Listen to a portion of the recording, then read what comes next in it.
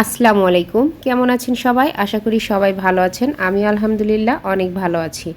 তো আজকে আমি যে মাংসটা রান্না করে দেখাবো এটা হচ্ছে দমে দিয়ে রান্না করব। আর মাটির হাঁড়িতে দমে দিয়ে যে মাংসের টেস্টটা পাবেন, তো সেম টেস্টটা কিন্তু এই হাঁড়িতেও রান্না করতে পারবেন। মাটির হাঁড়ি ছাড়াই এই মাংসটা আমি দমে রান্না করে দেখাবো। তো এটা যদি একবার খান, এটা কিন্তু মানে আঙ্গুল চাটতে থাকবেন, এটা এতটাই মজার। তো চলুন রেসিপিতে চলে যাই। তো এখানে আমি প্রায় 2 কেজি মতো মাংস নিয়েছি, গরুর মাংস। আর এখানে কিছু আলু নিয়েছি, আমি কিছু আলু ব্যবহার করব। আসলে মাংসের ভিতরে আলু দিলে আমার ভাল লাগে, তাই আপনারা চাইলে নাও দিতে পারেন। তো এই যে রান্নাতে চলে আসলাম। তো চুলায় একটা কড়াই বসিয়ে দিয়েছি আর দিয়ে দিলাম 1 কাপ তেল, সয়াবিন তেল দিয়ে দিয়েছি আমি। এখানে চাইলে সরিষার তেলও ব্যবহার করতে পারেন, তাতে টেস্টটা আরও বেশি ভালো হয়। তো এখানে আমি 1 কাপ পেঁয়াজ কুচি দিয়ে দিয়েছি, দিয়ে এখন এই পেঁয়াজটা আমি একটু ভেজে নিব। কালারটা একটু চেঞ্জ হয়ে আসা পর্যন্ত ভেজে নিব। তো এই যে কালারটা একটু চেঞ্জ হয়ে গেছে, এটা সম্পূর্ণ ব্রাউন কালার করার কোনোই প্রয়োজন নেই, জাস্ট একটু হালকা চেঞ্জ হয়ে আসলে কালারটা, তারপরেই এখানে আমি মশলা দিয়ে দিব। তো এখানে আমি আদা আর রসুন একসঙ্গে পেস্ট করে রেখেছিলাম, তো আদা রসুন পেস্ট আমি এখানে 4 টেবিল চামচ ব্যবহার করলাম। তো 4 টেবিল চামচ আদা রসুন পেস্ট দিয়ে এখন আমি ভালোভাবে একটু নেড়েচেড়ে এটার কাঁচা গন্ধটা যাতে চলে যায়, তো সেই পর্যন্ত এটা নেড়েচেড়ে একটু ভুনে নিব। ভালোভাবে একটু নেড়েচেড়ে ভুনে নিলাম, কাঁচা গন্ধটা এখন নেই। তো এখন আমি একটু পানি দিয়ে দিচ্ছি। আমি এখন গুঁড়া মশলা দিব, তাই পানি দিয়ে দিলে আর মশলাটা পুড়ে যাবে না। তো পানি দিয়ে একটু নাড়াচাড়া দিয়ে এখন আমি এখানে 1.5 টেবিল চামচ দিয়ে দিলাম শুকনো মরিচের গুঁড়া। ঝালটা যার যার স্বাদ অনুযায়ী দিবেন। আর তারপর এখানে আমি ধনিয়া গুঁড়া 1 টেবিল চামচ, হলুদের গুঁড়া 1 টেবিল চামচ, জিরার গুঁড়া 1 টেবিল চামচ দিয়ে দিয়েছি। দিয়ে এখন ভালোভাবে নেড়েচেড়ে মিশিয়ে নিচ্ছি। তো এই মশলাটা আমি একটু ভালোভাবে নেড়েচেড়ে কষিয়ে নিব। আর মশলাটা কিন্তু যত কষাবেন মাংসের টেস্টটা কিন্তু ততই বেশি আসবে। তো মশলাটা আমি ভালোভাবে কষিয়ে নিচ্ছি, অনেকক্ষণ ধরে আমি এই মশলাটা কষিয়ে নিব। তো এখন আমি স্বাদ মতো লবণ দিয়ে দিচ্ছি এখানে। লবণটা দিয়ে আমি একটু পানি দিয়ে দিব যাতে মশলাটা পুড়ে না যায়। তো একটু পানি দিয়ে দিয়েছি, দিয়ে এখন এই মশলাটা আমি আবারও বেশ কিছুক্ষণ ধরে কষিয়ে নিব।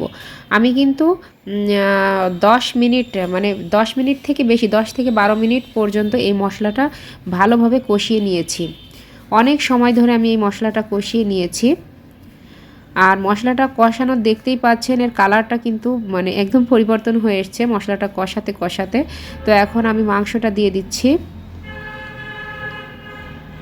তো মাংসগুলো আমি দিয়ে এখন ভালোভাবে নেড়েচেড়ে আবারও কষিয়ে নিব। তো আমি যেহেতু নতুন, আমার চ্যানেলটা নতুন, তো আপনাদের সবার কাছে আমার দোয়া প্রার্থনা থাকবে, কামনা থাকবে আপনারা সবাই আমার ভিডিও দেখবেন, আপনাদের কাছে আমি রিকোয়েস্ট করব। তো সবাই আমার ভিডিওটা দেখবেন, আশা করি আপনাদের ভালো লাগবে। আর অবশ্যই আমার ভিডিওতে লাইক কমেন্ট শেয়ার করবেন। আর সবচেয়ে বড় কথা হচ্ছে সাবস্ক্রাইব করবেন চ্যানেলটি। তো আপনারা যদি আমার পাশে না থাকেন তাহলে কিন্তু আমি কখনোই এগিয়ে যেতে পারবো না। তো আপনারা পাশে থাকলেই কিন্তু আমার এগিয়ে যাওয়া সম্ভব। তো আপনারা আমার পাশে অবশ্যই থাকবেন, অবশ্যই আমার চ্যানেলটি সাবস্ক্রাইব করে পাশে থাকবেন, পাশে থাকা বেল বাটনটি ক্লিক করে দিবেন। আর অবশ্যই আমার ভিডিওটি বেশি বেশি লাইক কমেন্ট শেয়ার করবেন। তো আমি মাংসটা কিন্তু অনেকক্ষণ ধরে কষিয়ে নিয়েছি, আপনারা দেখতেই পেয়েছেন। আমি কিন্তু মাংসটা আধা ঘন্টা প্রায় মাংসতে কোনো পানি না দিয়ে, সেই মাংসে যে পানিটা বের হয়েছিল সেই পানি দিয়ে এই মাংসটা আমি কষিয়ে নিয়েছি প্রায় আধা ঘন্টা মতো। কষিয়ে নিয়ে তারপর হচ্ছে আমি কিছু আলু দিয়ে দিয়েছি। আলুটা সম্পূর্ণ অপশনাল, এটা যার যার পছন্দ, আপনি পছন্দ করলে দিতেও পারেন, না চাইলে নাও দিতে পারেন। তো আলুটা আসলে আমার ভালো লাগে তাই আমি দিয়েছি। তো দিয়ে এই আমি আবারও 5 থেকে 7 মিনিট কষিয়ে নিয়েছি। নিয়ে এখন এখানে আমি গরম পানি দিয়ে দিলাম। তো মাংসটা কিন্তু আমি আধা ঘন্টা থেকেও বেশি, মানে প্রায় 40 মিনিট মতো শুধু মাংসটা কষিয়ে নিয়েছি পানি ছাড়া। তাহলে বুঝতেই পারছেন মাংসটা আমি কত পরিমাণ কষিয়েছি।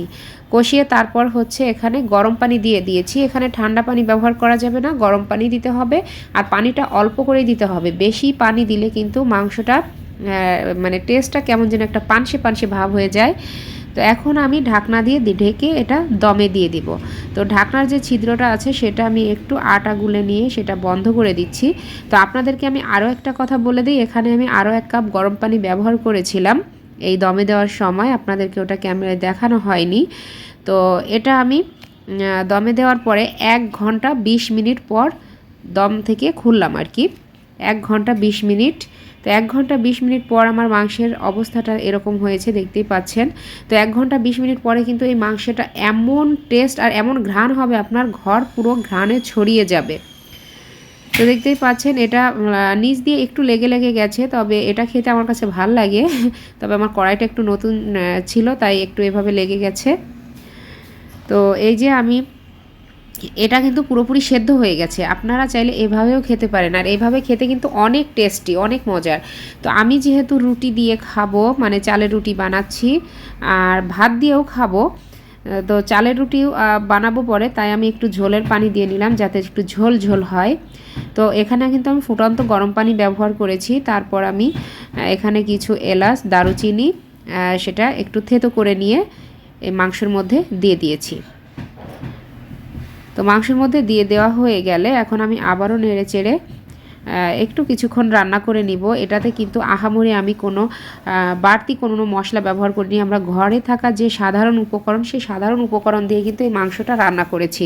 আর এর টেস্টটা এত ভালো যে আপনি খেলে কিন্তু আঙ্গুল চাটতেই থাকবেন, এটা এতটাই মজার হয় আর কি।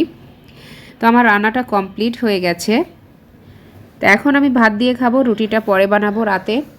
তো এই যে ভাত নিয়ে নিয়েছি, গরম গরম ভাত আর হচ্ছে মাংস।